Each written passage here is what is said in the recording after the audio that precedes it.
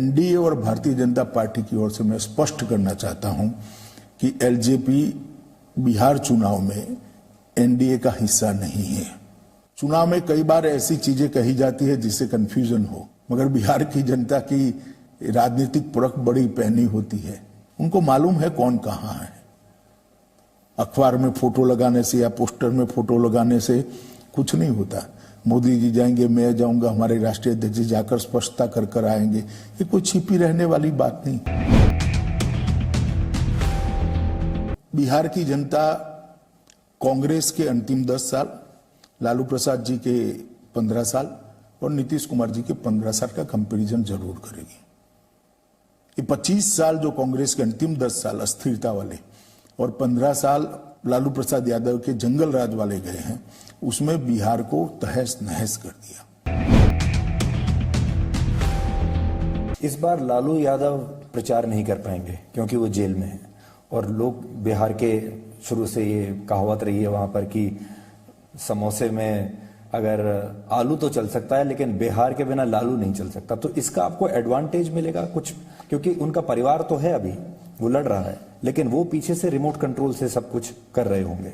देखिए, advantage disadvantage क्या होगा वो तो भगवान जाने, चुनाव के बाद ही आकलन कर सकते हैं।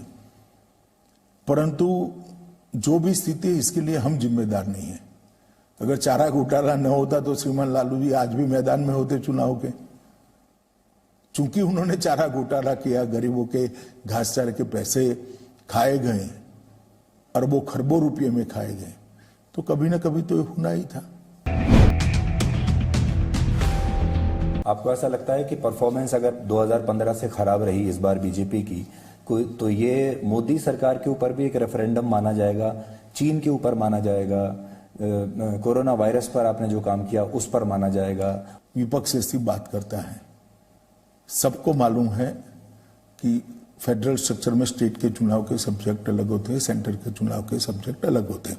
फिर भी ऐसा समय नहीं आने वाला क्योंकि हम 2/3 बहुमत से चुनाव जीत जाएंगे जी। तो जो लोग अभी शायद रेफरेंडम वो भी बोलते हुए डर रहे हैं क्योंकि उनको मालूम है कि अंत में बीजेपी चुनाव जीतने वाली है। ये हेल्थ इंफ्रास्ट्रक्चर बनाने का काम हमारा, जब मोदी जी ने लॉकडाउन किया तब विपक्ष के कुछ नेता और विशेषकर राहुल गांधी कहते थे पूरा देश बंद कर दिया, लॉकडाउन करने की जरूरत नहीं थी, ब्ला ब्ला ब्ला। आज उनको मालूम नहीं है कि अगर लॉकडाउन न करते और उस वक्त पीक आता तो बगैर हेल्थ इंफ्रास्ट्रक्चर के लाखों करोड़ों लोग मर जाते। पर वो तो अभी भी मानने के लिए तैयार नहीं है। वो तो उनको तो हर चुनाव में जनता ही मनाएगी, मैं और आप नहीं मना पाएंगे।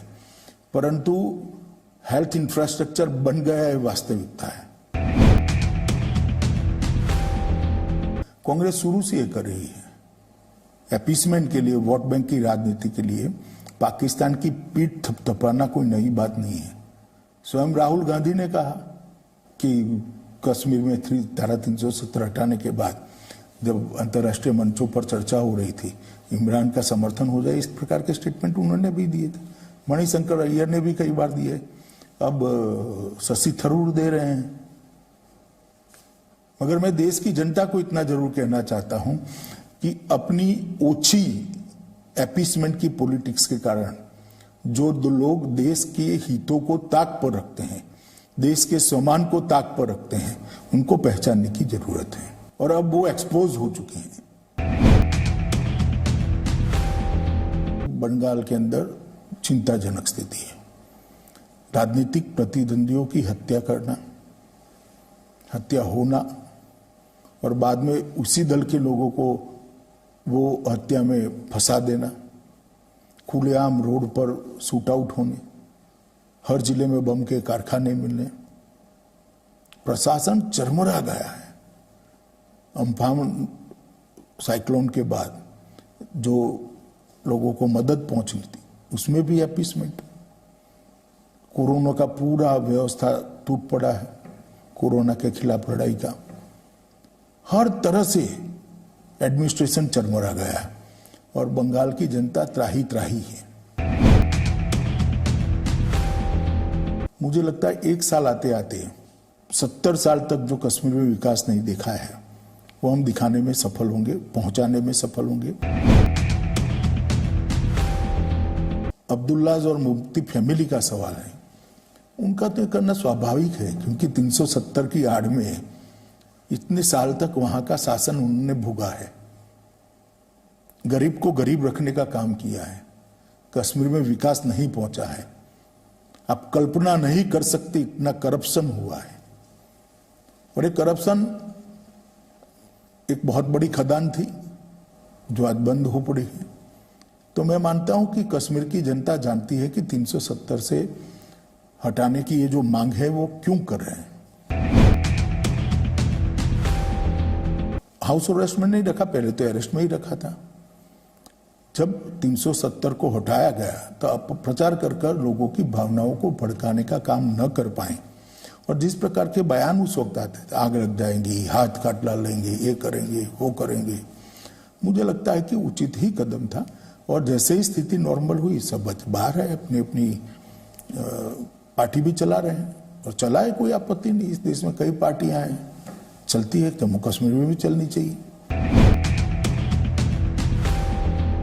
किसी भी व्यक्ति से रिश्ते सुधारने का प्रयास करना, इसमें कोई बुराई नहीं हो सकती। बिगड़े हुए रिश्ते पड़ोसियों से सुधारने ही चाहिए, मगर सुधारने की ललक में हमारे हितों की बलि नहीं चढ़नी चाहिए। हमने सुधारने का प्रयास किया जब भी हमें लगा कि हमारी सीमाओं पर अतिक्रमण का प्रयास हो रहा है, हमने आंख में आंख डालकर जवाब दिया है। ये 62 वाली स्थिति नहीं है। रिश्ते सुधारने का प्रयास हमने पाकिस्तान से भी किया था, चीन से भी किया था, सबसे करना भी चाहिए। मैं फिर से एक बार कहता हूं, भारत की भूमि पर 1 इंच अतिक्रमण छोड़ दीजिए, अंदर गप्पे लगाते 12 किलोमीटर अंदर आ गए, 30 किलोमीटर, 1 इंच भी भूमि हमारी किसी के हाथ में हम नहीं जाने देंगे। वैसे राहुल गांधी ने कहा था कि उनके पास है फॉर्मूला 15 मिनट वाला, तो आप उनसे भी सीख सकते हैं। भैया वो 62 में ही कर लेते तो इतना हजारों वर्ग हेक्टर भूमि न चला जाता। उस वक्त के तो प्रधानमंत्री ने आसाम को कह दिया बाय बाय आसाम, आकाशवाणी पर। और कांग्रेस पार्टी हमें यह नसीहत दे रही है। आपके परनाना की सरकार थी तभी जमीन जाती रही। हमारे समय में कम से कम हमने डटकर मुकाबला किया है।